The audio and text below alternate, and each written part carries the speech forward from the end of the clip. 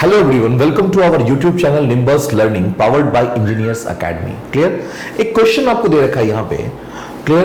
बोला कि air flows through a venturi and into atmosphere. बोला वेंचुरी से फ्लो करके एटमॉस्फेयर में जा रहा है. नहीं बोल क्या था आपको कि एयर डेंसिटी दिया हुआ आपको is rho, atmospheric pressure is दिया हुआ PATM. Is that clear? PA. Throat diameter is DT, exit dia is D and exit velocity is U. Clear?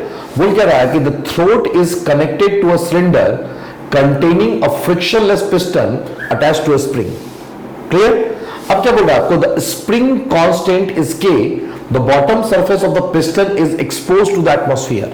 Bottom surface जो है वो एटमॉस्फेयर में एक्सपोज किया गया है. बोला due to the flow the piston moves by distance x.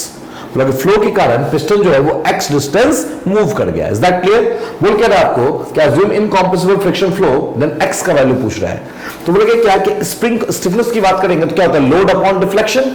और k की बात करेंगे k की, तो k बराबर क्या होता है? Load upon deflection.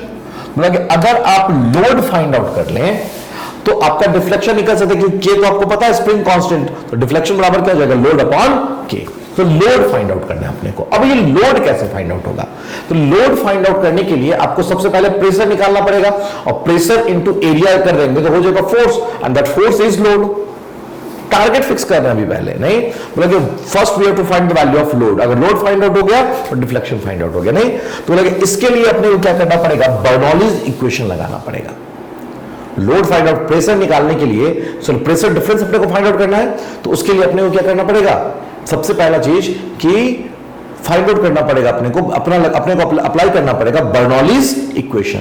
और बर्नौलीज इक्वेशन के बाद अपने को निकल जाएगा प्रेशर डिफरेंस, और वहां से हम निकाल लेंगे फोर्स. Is that clear? तो देखिए ध्यान से.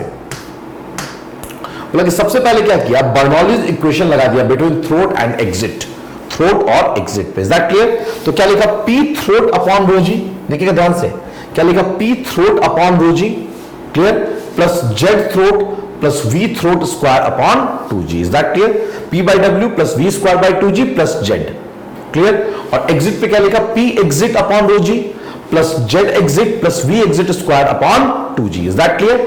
और क्या किया कि Z throat equals to Z exit है, तो Z और Z को कैंसिल कर दिया. अब करोगी क्या कि प्रेशर को एक साथ लिख दो, वेलोसिटी को एक साथ, तो ये हो गया P throat minus P exit का वैल्यू यहां से निकल गया. वैल्यू कितना आ गया आपका? P throat minus P exit is this. P throat minus P exit is this. Is that clear? ये वैल्यू आपका फाइंड आउट हो गया. अब आपको चाहिए P exit minus P throat, तो एक माइनस साइन यहां से कॉमन ले लीजिए.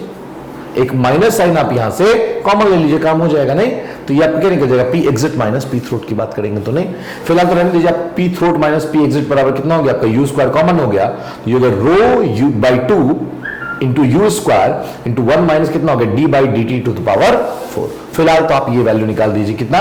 P throat minus P exit का वैल्यू. ठीक है ना? अब देखिए ध्यान से. बोला कि अब अगर बात करें आप, तो बोला क्या कि आपका अगर लोड पता चल गया, क्योंकि प्रेशर डिफरेंस पता है तो आपको लोड पता है, क्योंकि एरिया से बस मल्टीप्लाई करना है आपको.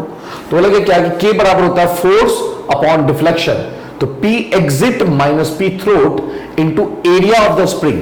अब P throat minus P exit लेके चलो, कोई दिक्कत नहीं है, तो आपको डिफ्लेक्शन जो है वो नेगेटिव नहीं लेना पड़ेगा. नहीं आप लिख दो यहां पे P throat minus P exit, P throat minus P exit, तो यहां पे प्लस हो जाएगा, कोई दिक्कत नहीं है. नहीं तो लगे अब आपने फाइंड आउट कर लिया यहां पे, तो क्या आ जाएगा? K का वैल्यू आ गया. K का आपको पता है, K आपका वैल्यू आपको पता है, थ्रोट माइनस एग्जिट आपने फाइंड आउट कर लिया है, तो बोला कि X बराबर क्या हो जाएगा? Force upon K. क्लियर? और प्रेशर डिफरेंस में आपने जैसे ही मल्टीप्लाई कर दिया एरिया से pi by 4 into ds square, तो that is force. Is that clear? मतलब इस तरीके से हम आपका क्या निकाल सकते हैं? डिफ्लेक्शन निकाल सकते हैं. नहीं बोल रहा क्या यहां पे? Negative side indicates compression. अगर आप मान लिए पहले से कॉम्प्रेशन आपके दिमाग में ही ना नेगेटिव साइड चल रहा है, तो दिखाने की जरूरत नहीं है, तो फिर आपको एग्जिट माइनस थ्रोट नहीं, थ्रोट माइनस एग्जिट लिखना है. क्लियर सी बात है? लगे ये सिंपल सा क्वेश्चन था आपके एग्जामिनेशन का. Clear? Okay, thank you. If you really like the video, please hit the like button, share the video, subscribe to our YouTube channel and press the bell icon for the latest updates. Thank you.